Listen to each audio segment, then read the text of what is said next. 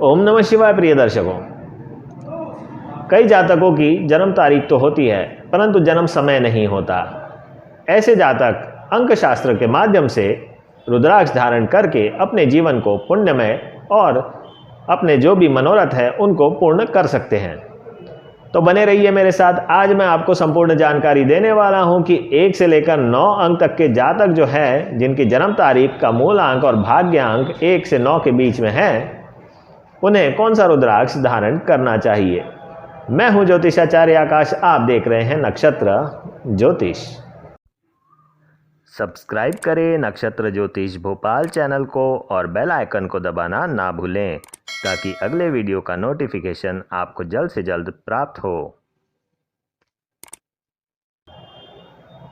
शुरुआत करते हैं मूलांक 1 से। अगर आप देखिए मूलांक और भाग्यांक क्या होता है। रुद्राक्ष आप धारण दोनों अंकों का कर सकते हैं। जैसे कि आपकी अगर जन्म तारीख है 22 तो आपका मूलांक 2 + 2 4 हो गया। इसी प्रकार आपको जो भाग्यांक देखना है, आपकी जो जन्म तारीख है उसके पूरे जो है अंक उसको सम अप कर दीजिए और उसके बाद जो अंक आएगा वह आपका भाग्यांक होगा। तो मैं आपको जानकारी दे रहा हूं मूलांक को लेकर के, और मूलांक से आप स्वयं देख लेंगे कि जब आप भाग्यांक बनाएंगे तो दोनों तरीके के रुद्राक्ष आप धारण कर सकते हैं। जैसे कि मूलांक अगर 4 हुआ तो बुध का जो रुद्राक्ष रहता है, गणेश रुद्राक्ष या 4 मुखी रुद्राक्ष, वह धारण किया जा सकता है। और अगर भाग्यांक आपका 6 हुआ तो आपको शुक्र का जो रुद्राक्ष है 6 मुखी या 13 मुखी धारण करना चाहिए। अब ये आपके ऊपर निर्भर है कि आपको मूलांक का रुद्राक्ष धारण करना है या फिर भाग्यांक का रुद्राक्ष धारण करना है। यह आपका पर्सनल चॉइस रहेगा। आप दोनों भी रुद्राक्ष धारण कर सकते हैं क्योंकि रुद्राक्ष के कोई एंटी वाले प्रभाव नहीं होते जो एक दूसरे के विपरीत हो। जैसे कि आप शनि का जो है 7 मुखी रुद्राक्ष भी धारण कर सकते हैं और सूर्य का 1 मुखी रुद्राक्ष भी धारण कर सकते हैं। आज मैं जो जानकारी दूंगा इसमें वैदिक न्यूमरोलॉजी मैंने यूज की है।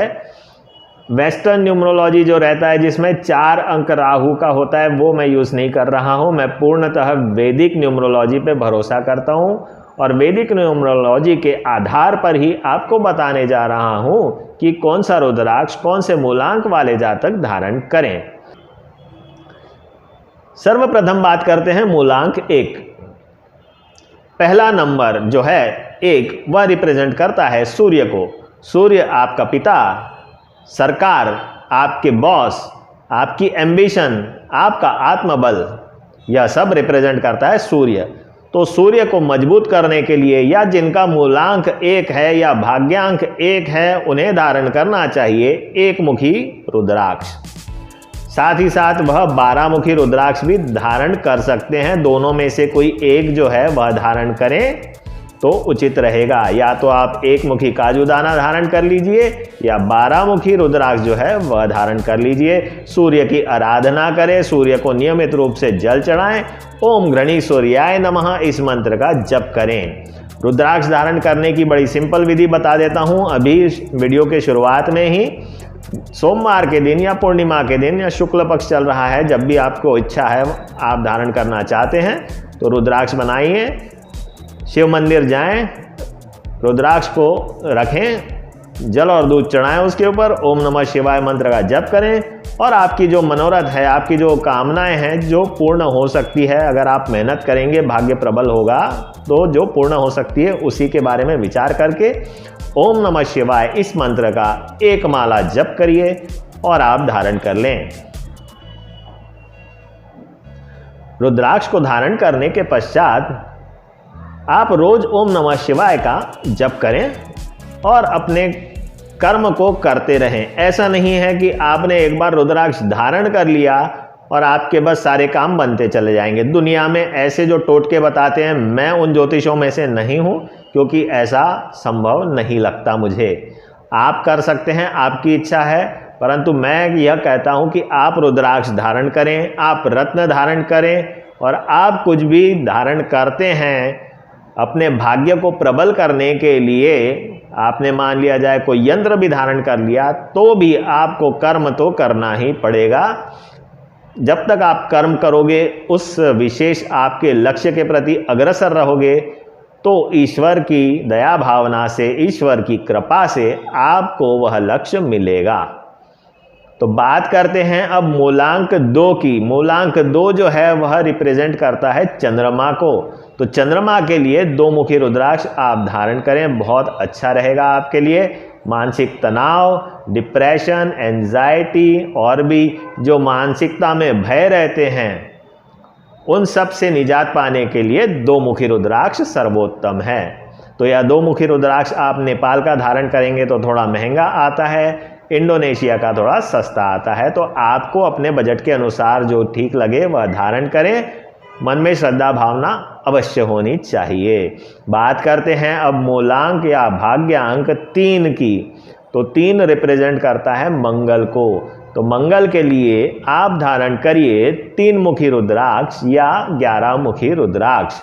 यह आपका पराक्रम बढ़ाएगा, आपको बड़े भाई से लाभ दिलवाएगा, आपको मित्र जो हैं या मित्रगण जो हैं उनसे लाभ पहुंचाएगा, आपको पॉपुलर बनाएगा और आपके अंदर एम्बिशन को पाने के लिए जो प्रयास करने पड़ते हैं वो और अच्छा कर देगा। उसके द्वारा आप और ज़्यादा अग्रसर हो जाओगे अपने एम्बिशन को पाने के लिए। और मेरी मानिए तो आप बिल्कुल, अगर मूलांक आपका या भाग्यांक आपका 3 है तो आप निश्चिंत होकर के 3 मुखी या 11 मुखी में से कोई सा भी रुद्राक्ष धारण कर लेंगे तो आपको निश्चित रूप से सफलता मिलेगी। बात करते हैं अब मूलांक 4।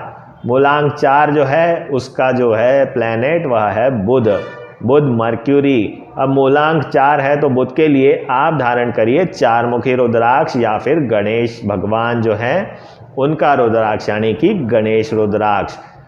बुध जो विद्यार्थियों का कारक है, वाणी का कारक है, फाइनेंस का कारक है, आपके चातुर्य का कारक है। तो इन सब विषयों को और बढ़ाने के लिए, आपको इन सब चीज़ों में लाभ पाने के लिए आपको 4 मुखी रुद्राक्ष या गणेश रुद्राक्ष धारण कर लेना चाहिए। अब बात करते हैं मूलांक और भाग्यांक 5। मूलांक और भाग्यांक 5 है तो 5वां जो अंक है वह रिप्रेजेंट करता है बृहस्पति को, यानी कि गुरु को। गुरु जो है वह ज्ञान का कारक है, शिक्षा का कारक है, लॉ का कारक है, रिलीजन धर्म का कारक है। इन सब से संबंधित कुछ भी आपको परेशानी हो रही हो या आप शिक्षा में अच्छे से कंसंट्रेट नहीं कर पा रहे हो, आपकी धनु राशि या मीन राशि हो, तो आपको 5 मुखी या 10 मुखी रुद्राक्ष धारण कर लेना चाहिए। 5 मुखी और 10 मुखी रुद्राक्ष बड़े ही उत्तम क्वालिटी के होंगे तो उनका इम्पैक्ट और अच्छा रहेगा।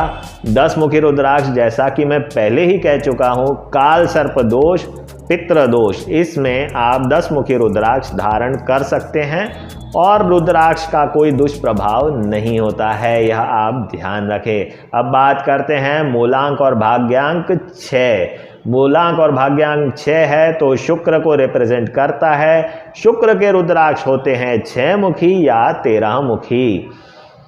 जिनको लग्जरी लाइफ पसंद है, जिनको मीडिया में जो काम करते हैं या मीडिया से रिलेटेड कार्य करते हैं, कॉस्मेटिक्स, आर्टिफिशियल ज्वेलरी, जिनका कार्य बड़े बड़े क्लोथिंग सेंटर्स है या फिर कोई भी लग्जरी आपके होटल्स चल रहे हैं, तो आपको यह 6 मुखी या 13 मुखी रुद्राक्ष धारण कर लेना चाहिए। अब बात करते हैं मूलांक जो है या भाग्यांक जो है वह 7 है। तो यह जो 7 अंक है यह शनि को रिप्रेजेंट करता है। मैं पहले ही कह चुका हूँ, मैं वैदिक एस्ट्रोलॉजी जानता हूँ और वैदिक न्यूमरोलॉजी के आधार पे मैं आपको बता रहा हूँ।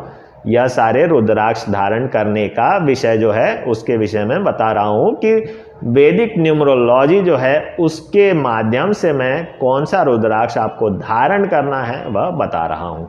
तो बात करते हैं मूलांक 7 की। तो 7 होता है शनि को रिप्रेजेंट करने वाला। शनि के जो रुद्राक्ष है वह 7 मुखी या 14 मुखी रुद्राक्ष माने जाते हैं। तो आपके कार्यों में विघ्न बाधाएं आ रही है, आप किसी बड़ी बीमारी से परेशान हैं, जिंदगी में जीवन में कहीं ना कहीं उदासी छाई हुई है, तो आपको शिव जी की शरण में अवश्य जाना चाहिए और 7 मुखी और 14 मुखी रुद्राक्ष में से कोई भी धारण कर लेना चाहिए। 14 मुखी जो रुद्राक्ष है वह बहुत महंगा होता है, 7 मुखी सस्ता होता है। तो आप अपने बजट के अनुसार जो आपको ठीक लगे वह धारण करें। ध्यान यह रखना है कि रुद्राक्ष ओरिजिनल होना चाहिए, तो शिव जी की कृपा आपके ऊपर निश्चिंत रहेगी ही। साथ ही साथ आप लोग अगर आपकी 7.5 भी चल रही हो तो भी आप 7 मुखी रुद्राक्ष या 14 मुखी रुद्राक्ष धारण कर सकते हैं। तो अब बात करते हैं मूलांक और भाग्यांक जो है 8 अंक जो है वह राहु को रिप्रेजेंट करता है। आप देखिए, अब जो वैदिक अंक रहते हैं, यंत्र होते हैं, उसमें जो मिडिल में जो अंक होता है राहु यंत्र में जो शुरुआत वाला अंक होता है वह होता है 8। इसलिए मैं जो न्यूमरोलॉजी है वैदिक न्यूमरोलॉजी पर ज़्यादा भरोसा करता हूं और उसी को मानता हूं। तो राहु को रिप्रेजेंट करने वाला होता है 8 अंक, तो 8 के लिए होता है 8 मुखी रुद्राक्ष। तो आप राहु के लिए 8 मुखी रुद्राक्ष धारण करें। राहु यानी कि भ्रम, आपके मन में जो भी भ्रम है वह राहु, आपको अगर किसी के ऊपर शक होता है वह राहु है, आपको अपने आत्मबल जो कमजोर करने वाला जो ग्रह है वह राहु है, पॉलिटिक्स में आगे बढ़ाने वाला भी ग्रह राहु है।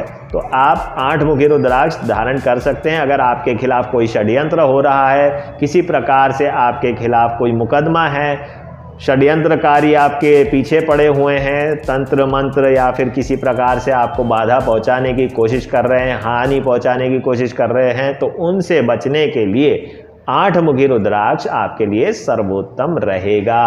अब बात करते हैं भाग्यांक और मूलांक जो है, अगर 9 है तो आपको केतु के लिए जो रुद्राक्ष है वह है 9 मुखी रुद्राक्ष। तो 9 मुखी रुद्राक्ष आप धारण करें।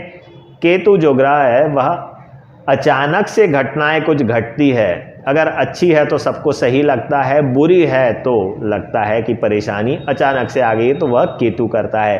केतु अचानक से आपके एक्सीडेंट करवा देगा, अचानक से आपको शेयर मार्केट वगैरह में लाभ भी पहुंचा सकता है। तो केतु ऐसा ग्रह है जो अचानक से आपको बहुत ही लाभ पहुंचा सकता है या बहुत नुकसान कर सकता है। तो उसको या उसकी दशा चल रही हो तो उसे ठीक करने के लिए आपको ओम गंग गणपतिये नमः इस मंत्र का तो जप अवश्य करना चाहिए, कंबल का दान करना चाहिए। और अगर केतु दशा चल रही हो और केतु के वजह से दिक्कतें हैं तो 9 मुखी रुद्राक्ष अवश्य आप धारण करें। तो यह थी संपूर्ण जानकारी अंक शास्त्र के आधार पे, वह भी वैदिक अंक शास्त्र जो है उसके आधार पे कि आपको कौन सा रुद्राक्ष धारण करना चाहिए।